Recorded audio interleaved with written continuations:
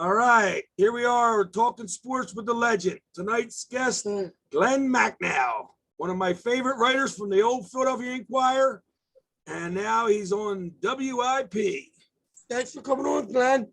Hey, it's my pleasure, Steve. Nice to talk to you. You. Where are you from? Where were you born and raised? Well, I was born in New York City, but my parents moved when I was just a little guy, 3 years old, to Buffalo, New York. So I grew up in Buffalo, New York. I was a big Buffalo Bills fan as a kid, as you can imagine. Loved that team. And I stayed there until I went off to college, and I never really went back, but that's where I'm from. Where did you go to college? That's where I went to college. Where did you go to college? So I went to college in Boston. I went to Boston University. And I studied journalism and history. And the best part is I met this girl who became my wife. After that, I went to work writing for newspapers in Florida, in Detroit, Michigan, and then eventually in Philadelphia. What year did they come to Philly? What year did they come? What year did you come to Philadelphia? Moved to Philadelphia right at the end of 1986. So I came here basically the same time as Buddy Ryan back then. Steven, tell me your birthday. February 13th, 1987. Your birthday is February 13th? 1987. That was the year when he was born. I guess that's when you started in the Inquirer, I guess, huh? I started at the end of November 86, but February 13th is a very special day for me. That's my mom's birthday as well. So it's a good day, February 13th. Anthony Gargano was born on that day also. Yeah. Yes, he was. Yeah, that is correct as well. He came to my office. I do auto tags and insurance in South Philadelphia. And he came to my office one day and I came out and shook his hand and talked to him. And he invited Steven down to the radio show. Oh, nice. Yeah, we gotta take him up on it. Then the pandemic happened right after that, Steve. So yeah, I know. It was so funny. I told him, I said, Steven's a big fan and his birthday's the same day. That's funny. His mother. How about that? Glen Macnow's mother. Yeah. Yeah. Steven was born on a Friday the 13th. Oh, well, there you go. Good luck for you. Yeah. Well, go ahead, Steve. Yes, that one. Who was your favorite athlete? Who's your favorite athlete to interview? That's a great question, and I'll give you a couple of my favorites. Reggie White was just terrific. He was such a great player and a terrific guy, very nice guy. Charles Barkley has always been one of my favorites. I'll give you my quick Charles Barkley story. Years ago, I live out in Havertown. There's a restaurant on Lancaster Avenue called Alley Gator. Steve, where do you live, by the way? In Hudson Valley? We're from Philadelphia. I got it. Yeah, anyway, there's a restaurant on Lancaster Avenue called Alley Gators. And I was there with my wife and my kids. My kids were young. And there was a woman there having a birthday party for an 8-year-old boy. So there are all these 8-year-olds around the table. Charles Barkley was standing at the bar with his wife, and the woman saw him and she said to Charles, listen, my son, it's his 8th birthday. If you would just come over and say happy birthday to him, he'd be so happy. And Charles said, where is he? What's going on? Went over, sat down with those kids, put on one of those pointed party hats, sang happy birthday, and hung out with them for 15 years. He's a genuinely good guy. So those would be, they're probably my two favorites. That's awesome.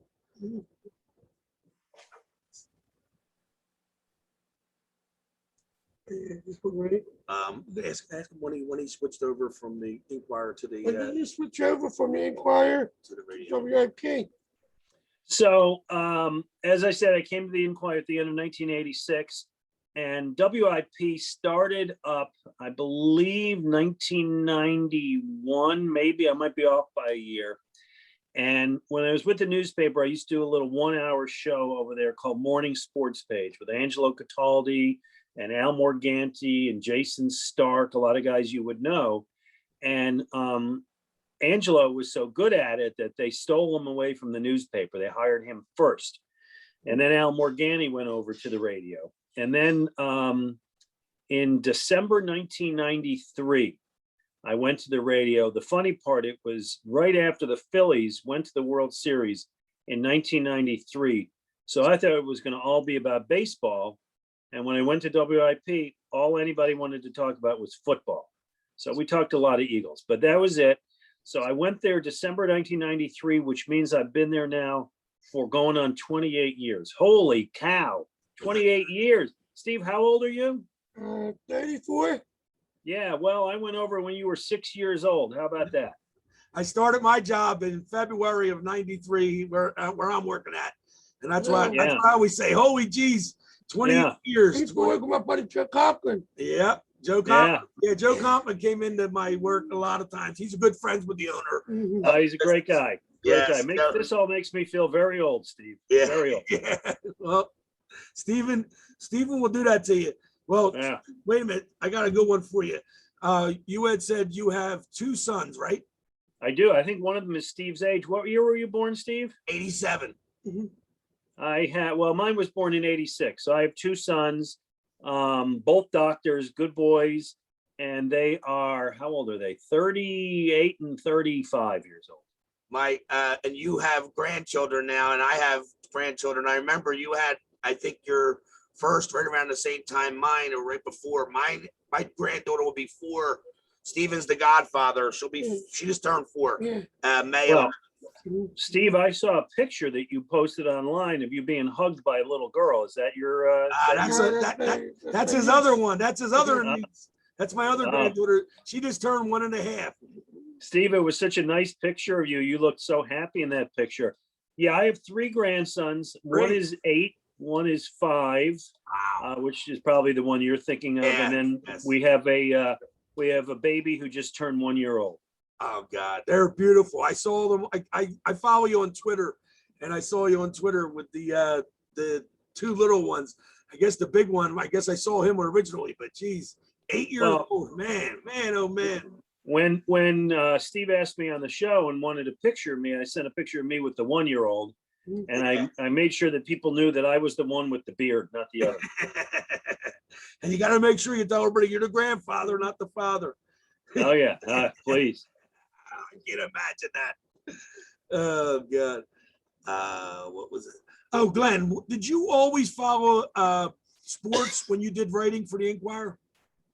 For the Inquiry I did, before I came here, when I worked in Florida and Detroit, I actually was I covered a lot of things. I covered politics, state politics, and I covered national politics for a while. I covered education when I was in Detroit, and then I moved over to sports right when I came to the Philadelphia Inquirer. So I covered a lot of things, and I'll tell you, Steve, I think it's good for people to not just pigeonhole themselves into sports, but to cover other things as well before they get there. I think it helped me become a better sports writer. Yes, Cumber's favorite sport to cover. What is favorite sport to cover? What's your favorite Sport to cover. What is your favorite sport to cover? Boy, that's a good question. So my favorite sport to cover might be hockey. And the reason for that, Steve, is that hockey players are the nicest guys. When you talk to baseball players, and I grew up, baseball was the first sport I loved. I see your Phillies cap on there today. I know you're a baseball fan. But baseball players are a little tougher to interview.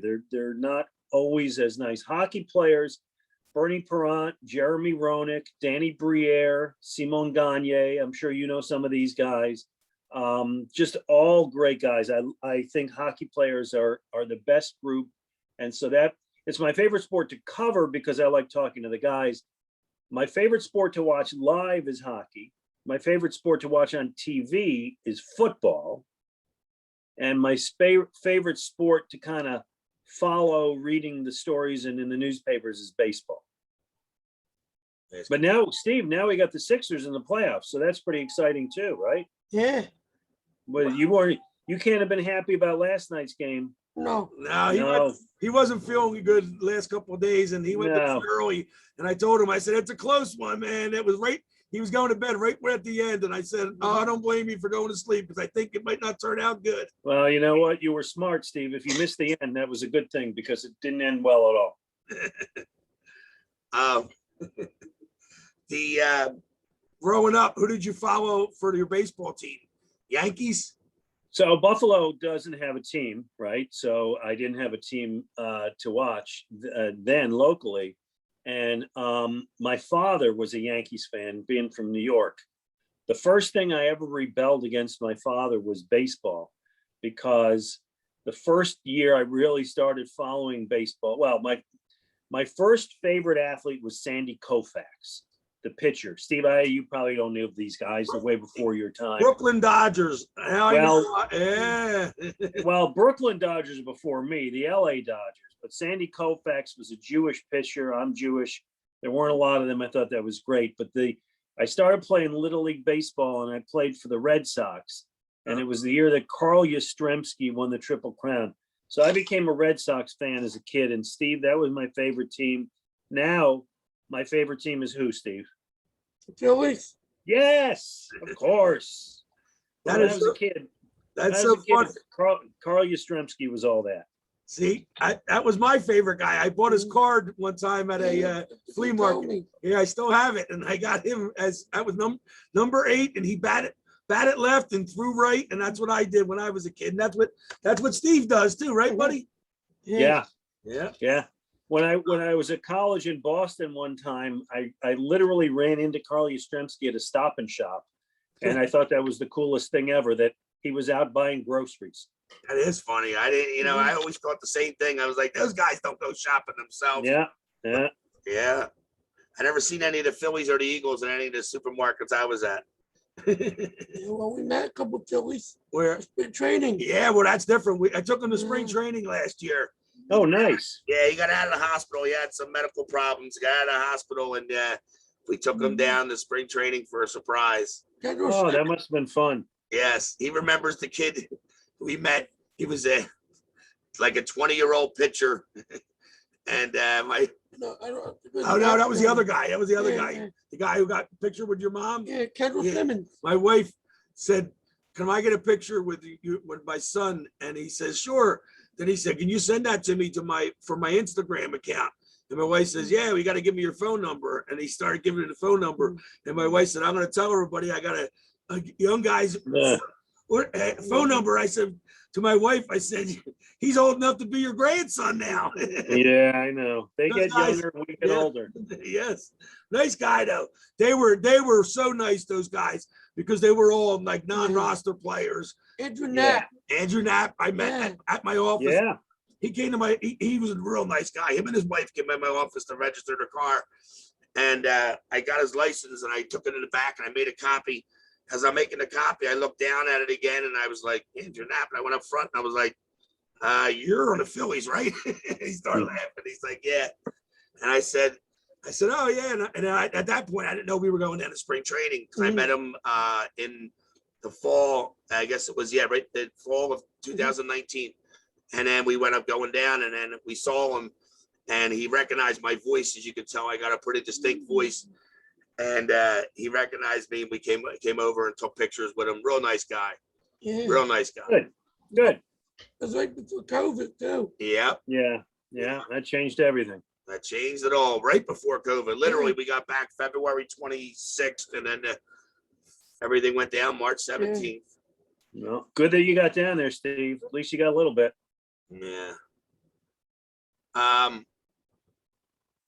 What is your role now? Tell Steve's fans at WIP, because you used to be a host every day. Now you're on 1 day a week, right?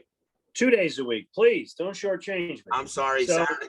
So that's okay. That's okay. I'm old enough that being part-time is exactly what I want to do. So I'm on WIP with Ray Dinger every Saturday and Sunday from 10 to 1. During the football season, I'm the lead host of the Eagles pregame show, something I've done for 14 years now and really cherish doing that. That's really fun. I miss being down at the stadium last year with the big crowds. I did it from a studio, and that was not as much fun. I also am part owner of a brewery, the Conshohocken Brewing Company. So I make beer, and I do I do some writing, but I'm on WIP generally every Saturday and Sunday with Ray, and that's exactly what I want to be doing.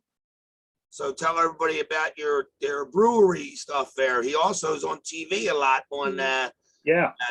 on a drinking. I have a beer TV show. I have a TV show about beer. Yes. Believe it or not, Steve, one of my jobs is that I get to sit around and drink beer, and I get paid for that. How many people can say that? So I have a TV show called What's Brewing on NBC Sports Philadelphia. We're off for the summer. We'll be back in the fall. I do it with a guy named Joe Sixpack, good name for a guy who drinks beer. And we talk about all kinds of beer and what we like and what people are doing with it. And yeah, so I am part owner, I think I said, of the Conshohocken Brewing Company. We got 5 brew pubs out in the Philly suburbs, and we make pretty good beer. You also serve food, right, Glenn? Oh yeah, all of them have they're full service restaurants, and they're kid friendly. A couple of them are dog friendly out on the decks. You can bring your dog and your 5-year-old and have a blast. And you don't even have to drink beer to enjoy yourself there. Oh, well, he doesn't like beer, but he likes Twisted Tea Lights. Yeah. Oh, okay, there you go. Steve, Steve, if you go to one of our places, there's 2 things I would tell you that you should eat. One is we make a thing called cheese curds. You ever have cheese curds? No, I don't think he ever Okay. did. I saw, yeah. Steve, have you ever had mozzarella sticks? Oh, that's his favorite. Okay. All right. So this is mozzarella sticks on steroids. This is, if mozzarella sticks were 5 times better, that's what this would be. So if you go to one of our places, get the cheese curds. And the other thing to get is something called the Prof Burger, which is a hamburger designed by me, the Prof, which has everything on it, bacon and cheese and onion frizzles and beef. And the great thing is it's only 20 calories. You'll get skinny eating it. You believe that, Steve? Nah. Yeah, well, That's you're his right, favorite. but You said his favorite thing. Cheeseburger. He gets a bacon cheeseburger, but he just gets mayonnaise and pickles. Yeah. But well, he you can loves order it how cheeseburgers. you order however you like. If you go to one of our places and you get the Prof Burger and you get the cheese curds, you will be a happy man. Oh, we're gonna definitely do it. My son, my youngest, lives out in Jesus, what is it? Downingtown. Okay. Downingtown, yes. And and we sometimes meet halfway. So Conshohocken's not that far. It's about halfway for both of us. So We got a place in Conshohocken. We got a place in Phoenixville. There you go. Right there. What's that? Yeah, we went out. I took Steven out. Steven helps out at Holy Family girls soccer team. I saw the picture. Yeah. He's been doing it 10 years now, volunteering. And we go out on recruiting games, and they have a nice facility out in Conshohocken. Villanova's girls field hockey team has a field there that they practice and play on. And then there's 6 huge soccer fields that all these kids go and play tournaments and stuff. And we went to watch them at the proving grounds. It's called. Proving grounds. Yes. Nice. Very nice. Yes. Very nice. Yes. So Glenn, we really appreciate you taking the time out of your busy day. Anything? How cool was it there to cover the Super Bowl? Oh yeah, good question, Steve. Steve, I have to tell you, I've been around this business for a lot of years, and I have seen too few championships. I got to cover the Phillies 2008. That was pretty fun. But when the Eagles won the Super Bowl and 1 million people went down to that parade, and I got to hold a microphone and broadcast that parade, that was one of the highlights for me. That whole season. How about the Philly special, Steve? How great was that play? Right? I loved it. I still have the Philly special on my phone, and every once in a while I'll just play it back for 3 minutes just to enjoy it. Steven, like I said, I work right on Broad Street. So when the Phillies won in 08, he came down to my office. My son was working at the Navy Yard at the time, the other son. So he had to walk from the Navy Yard to my office because of the subway. Remember, they stopped it and everything. Oh, I remember. So then when the Eagles won, I said, that's it. I'm taking the whole day off. My boss closed the office, and my friends had a Winnebago right across the street in the Pep Boys parking lot. And we went up getting on Twitter It was so funny because we had Manny, Mo, and Jack there with the Pep Boys. And oh, it was a great time. That's great. We had so much That's fun, great. right, Steve? Yes, we did. Yes. Good. we did. Good. Yeah, Good. we Well, met listen. you once at a sign autograph signing. I met to pull the book out. It was you and Jody Mack were Oh, wow. up at Herman's Sporting Goods or Modell's or whatever it was at the time. Okay. I took Steven up there and he was in a line with me. Well, Yeah, Jody Mack. He's one of our Remember. favorite too. Well, Jody's a great guy. Jody's a terrific guy. It's my pleasure to have him as a friend. You always get teamed up with good people. I swear, everybody you Yeah, teamed well, up with. I Makes me love. seem a lot smarter when I'm with good people. Yeah, well, you're a good person too. So I think Wow. you make all the shows. They don't know it, Steve, but Glenn's the star, really, not Ray did it. Yeah, there you go. That's it. Guys, this has really been my pleasure. Steve, it's a delight to meet you. You're a great guy, and I thank you so much for having me, man. thank you for coming on, man. Really appreciate All it. right. I look forward to it. Let me know when it posts. I'll look forward to it. Absolutely. He'll post, Okay, it by, guys. he'll post it by tonight on all his social media Mhm. outlets. Right, Steve? Good. Yeah. Okay, Thanks a I'll lot, look Glenn. forward. Glenn. Appreciate All it right, very guys. much. Be well. Take Thank care. you very much. That was awesome, Steve. Mhm. Good job. So you don't need a